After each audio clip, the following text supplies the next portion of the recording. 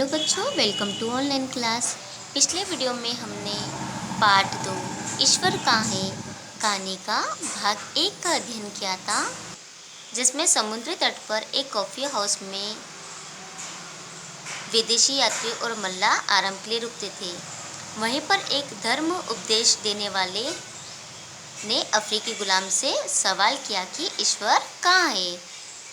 इस बारे में सभी ने अपने अपने हिसाब से विचार विमर्श किए, परंतु पास में एक चीनी नागरिक बैठा था। तब सभी व्यक्ति ने उसको अपना विचार विमर्श करने के लिए बोला। तब उसने कहा कि मैं आपको एक कहानी सुनाऊंगा। आज हम उसी कहानी के बारे में समझेंगे।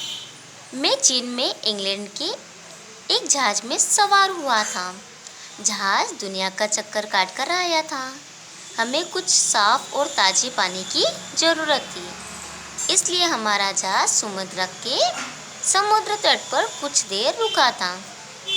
कुछ यात्री जहाज से उतरकर समुद्र के किनारे नारियल के पेड़ों के साए में आकर लेट गए।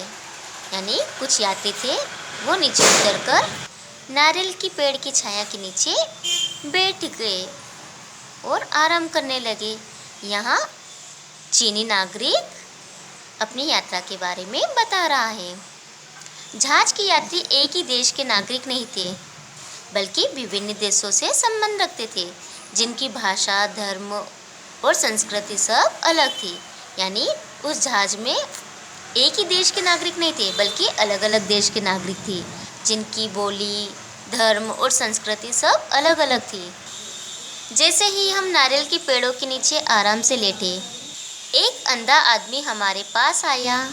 बाद में हमें मालूम हुआ कि यह आदमी अंधा क्यों हो गया। दरअसल वह आदमी यह जानना चाहता था कि सूरज की रोशनी क्या है। इसके लिए वह घंटों सूरज की ओर देखता रहा, जिसके कारण वह अपनी आँखों से हमेशा के लिए हाथ धो बैठा। यानी वो लगातार सूरज को देखता रहा, जिसके कारण वह अंधा हो गया। तब उसने अपने मन में कहा, सूरज की रोशनी कोई द्रव नहीं है, क्योंकि अगर वह द्रव होती तो इसे एक बर्तन से दूसरे बर्तन में उड़ेला जा सकता था, नहीं आग है। अगर आग यहाँ होती तो समुद्र के पानी में बुझ जाती, और नहीं यह ठोस है जिसको छुआ जा सके, किसी बर्तन में बंद किया जा सके। इसलिए यहाँ ना द्रव्य है, ना आग है, और ना ही कोई ठोस है, अर्थात यहाँ कुछ भी नहीं है। उस अंधे आदमी के साथ एक गुलाम भी था, जिसने उसे नारियल के पेड़ों की छाया में बिठाकर एक नारियल तोड़ा, उसके बारीक रेशों की एक बत्ती बनाई और फिर उसे नारियल के तेल में भिगोया। जब वह सब कुछ कर रहा था तो अंधे आदमी ने गुलाम से पूछा, तुम यह बताओ कि मेरा यह विश्वास ठीक नहीं है कि सूरज कोई चीज़ नहीं है। क्या तुम नहीं देखते कि यहाँ कितना अंधेरा है? फिर भी लोग कहते हैं कि सूरज नाम की कोई चीज़ नहीं है, इस दुनिया में है। अगर सूरज कोई चीज़ है तो वह क्या है? गुलाम अंधे आदमी को अपने झोपड़े में ले गया और उसको अपनी टूटी हुई चारपाई पर बिठाते हुए कहा, मैं यहाँ तो नहीं जानता कि सूरज क्या है, क्योंकि इस पर विचार करना मेरा काम नहीं है।